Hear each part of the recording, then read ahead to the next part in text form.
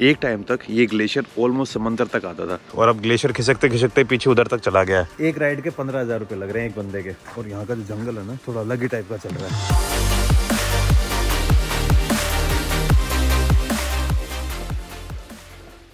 Good morning guys और स्वागत है आपका एक और नई वीडियो में। भाई कल रात को वो सीन मस्त हो गया था।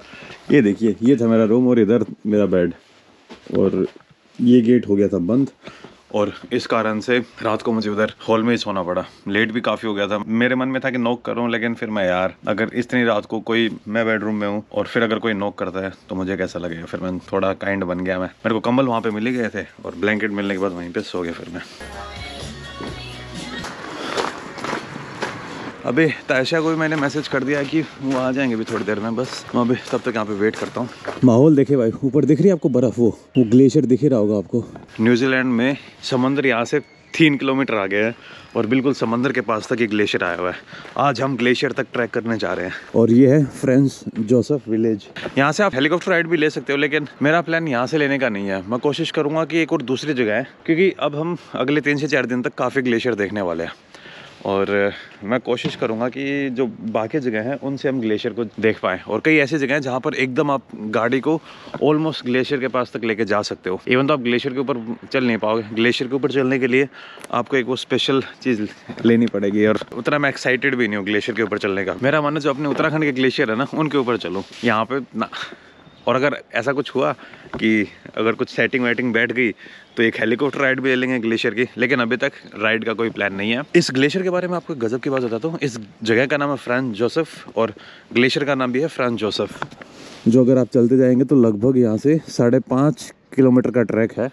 आना और जाना दोनों मान लीजिए 5.5 घंटे का। और एक टाइम तक ये ग्लेशियर ऑलमोस्ट समंदर तक आता था, लेकिन ड्यू टू ग्लोबल वार्मिंग ये पीछे पीछे खिसकता अब ये समंदर से लगभग 17 किलोमीटर दूर चला गया है।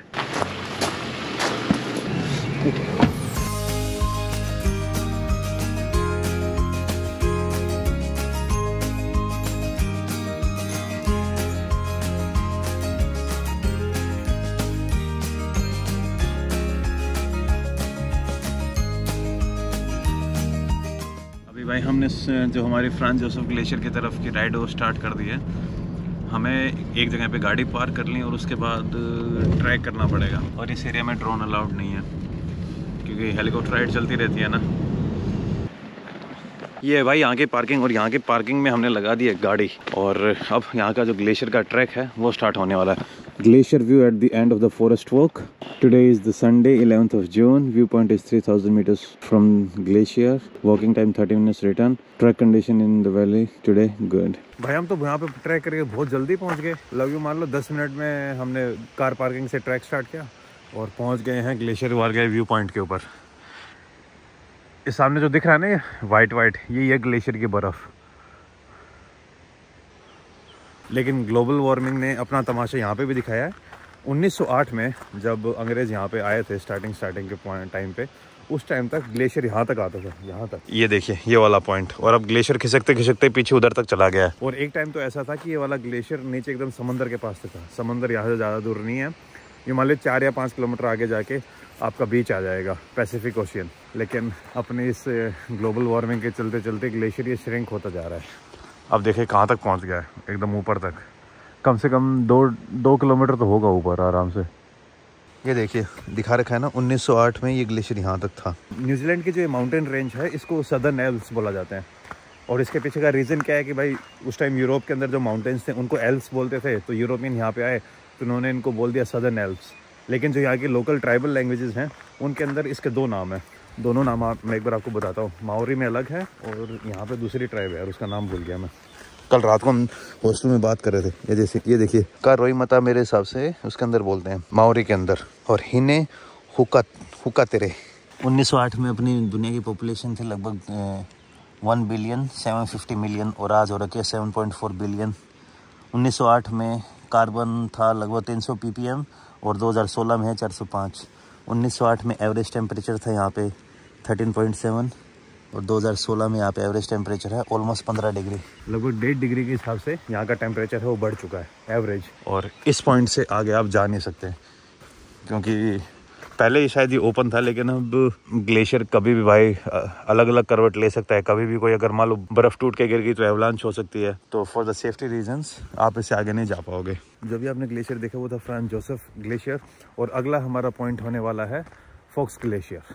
फोक्स ग्लेशियर थोड़ा ज़्यादा विजिबल होगा और थोड़ा कम टूरिस्टिक भी होगा, पर टूरिस्टिक तो क्या ही करे यार, वहाँ पे भी अगर एकदम पास तक ही जा पाएंगे तो इतने मज़े आएंगे नहीं।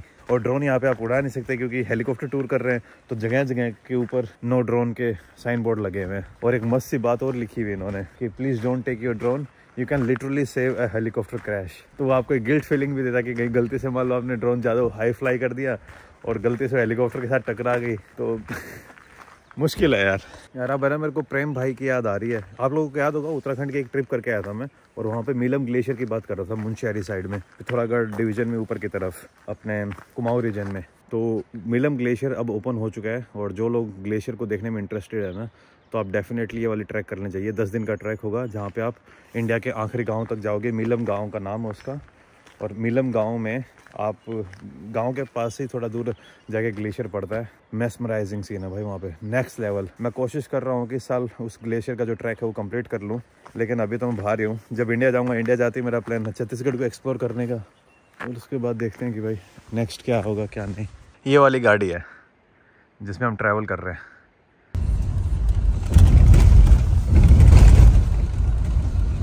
भाई हमारा जो ये फ्रेंच जोसेफ ग्लेशियर है कंप्लीट हो चुका है, और अब अगली हमारी तैयारी है फोक्स ग्लेशियर की। जितना मैंने एक्सपेक्ट किया था उतना पास तक हम नहीं जा पाए। मुझे लग रहा था हम काफ़ी पास तक चले जाएंगे, पर उतना जाना अलाउड नहीं है। तो आप ऊपर ग्लेशियर तक सिर्फ और सिर्फ हेलीकॉप्टर के थ्रू ही जा सकते हैं। वैसे यार अगर ये चाहते हैं ना तो एक दूसरा रास्ता बना सकते थे, लेकिन भाई हेलीकॉप्टर वाली कंपनी ने कहीं ना कहीं तो पैसे दे रखे होंगे कि ना भाई ये ट्रैक मत बनाना, फिर हमारा बिजनेस चौपट हो जाएगा।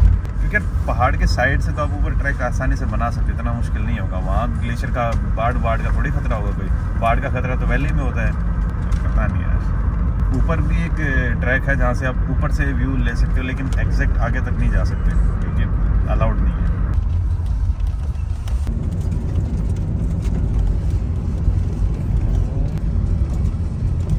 तो भाइयों हम फोक्स ग्लेशियर के ऊपर पहुंच चुके हैं, और मैं कोशिश करूंगा यहाँ पे ड्रोन फ्लाई करने की। इससे पहले हम थे फ्रेंच जोसेफ के ऊपर, वो इतना मस्त ग्लेशियर नहीं था। इसको देखिए आप, ये है भाई, इसे बोलेंगे असली ग्लेशियर आप। भाई सच में ये वाला खतरनाक है। जो फ्रेंच जोसेफ वो कुछ नहीं है इसके सामने। फ्रेंच जोसेफ तो ऊपर भी बहुत चला गया है, फोक्स ग्लेशियर नीचे तक आ रखा है अच्छे वाला, और एकदम बर्फ है ना, एकदम कतई ब्लू ब्लू भी दिख रही है। ये देखिए भाई, खतरनाक व्यू नहीं आ रहा है? ग्लेशियर एकदम ऊपर से ऑलमोस्ट नीचे तक आ चुका है।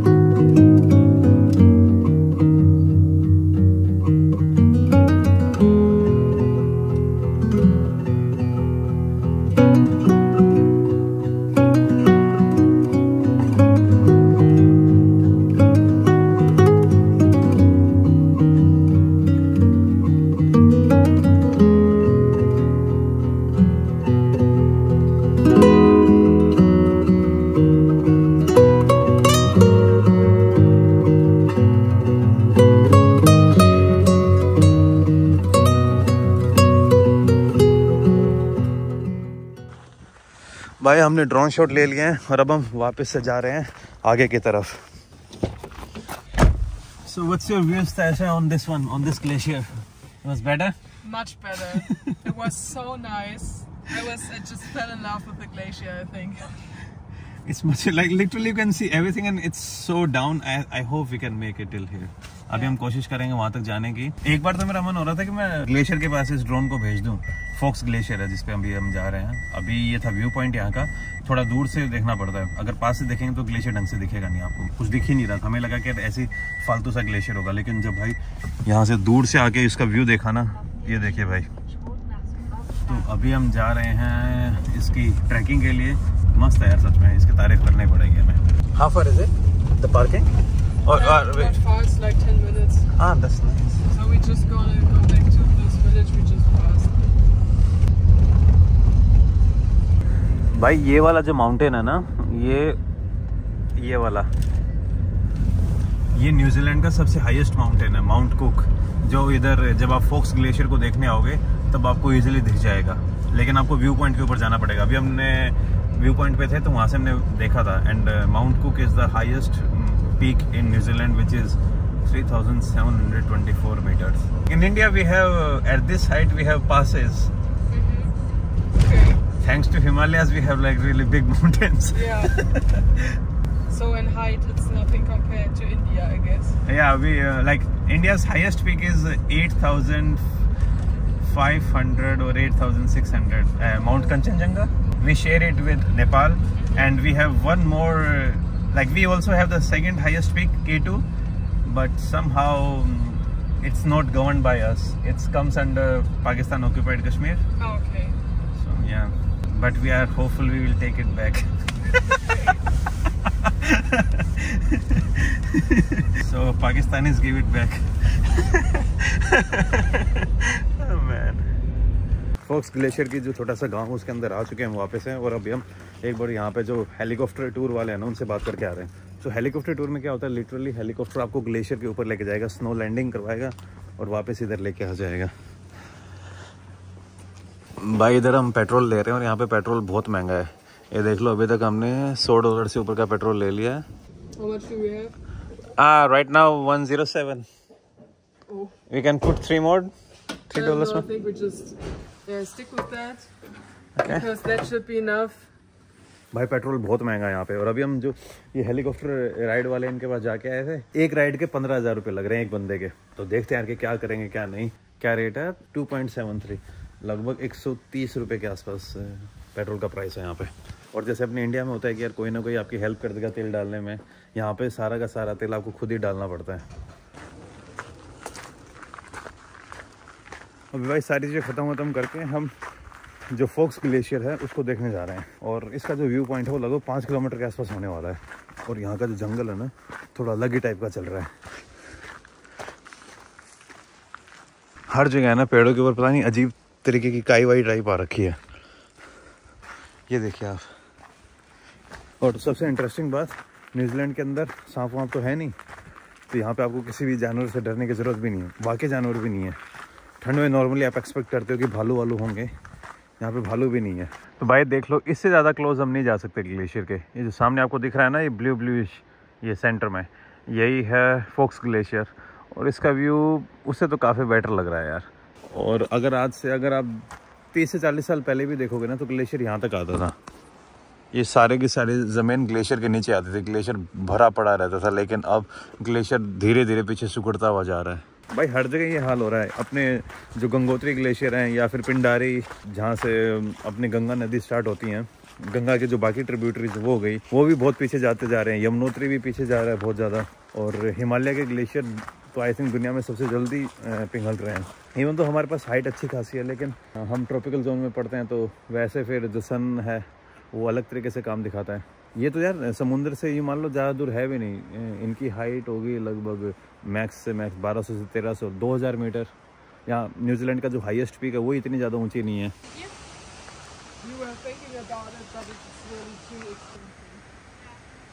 भाई देख रहे हो, ये है, इससे आगे हम जा नहीं सकते। ये देखिए यहाँ पे फेंसिंग से कर रखी है। और एक टाइम में ग्लेशियर यहाँ तक पूरा आता था। तो भाई हाइकिंग पूरी करके आ चुके हैं और अब हम अगली टाउन की तरफ निकलेंगे। ये था फोक्स ग्लेशियर, ये थोड़ा वो दिख रहा होगा ना इसके पीछे। और ये वो नदी थोड़ी देर में आगे जाके समुद्र में मिल जाएगी। ये इधर न्यूजीलैंड में काम ठीक है, यहीं पे ग्लेशियर है, 10-15 किलोमीटर में आगे जाके समुद्र में मिल जाएगी नदी। ज़्यादा लंबा ट्रैवल नहीं करना पड़ता। तो भाई एक पंगा हो गया है अभी। एक मुझे प्रमोशन वीडियो शूट करनी थी मेरे को, और वो वीडियो में थोड़ी चीज़ें ऊपर नीचे हो रही हैं और मेरे को आज यहाँ पे रुकना पड़ेगा। और मैं ताशा को रोकना नहीं चाहता कि यार, मैं कह रहा हूँ कि ताशा तो भाई तो आगे निकल जाए, मैं यहाँ पे रुक के वो करूँगा। I hope we will cross the paths again and I hope I might find bus. तो भाई अभी ताशा यहाँ से निकल जाएंगी आगे की तरफ, और मैं वापस से जो फ्रेंड जोसेफ है वहाँ पे जा रहा हूँ। हॉस्टल में 2 दिन रुकूंगा, इस काम को फिनिश करूँगा, क्योंकि यार बड़ा पंगा हो रहा है मेरे साथ। थैंक यू ताशा। Yeah, no problem. Thank you. Yeah. And I hope we meet again, and I don't know, I try to finish this work as soon as possible, and we'll let you know in the morning if something changes, and then other than that, then you can continue. Yeah, okay. Okay. Thank you. Yeah, no Bye bye. worries. Bye. भाई पहाड़ देख रहे हो कितना शानदार लग रहा है वो उधर। अब मैं वापस से फ्रांस जोसेफ के अंदर आ गया हूँ और वापस से उसी हॉस्टल के अंदर जा रहा हूँ जहाँ पे कल मैं रुका हुआ था।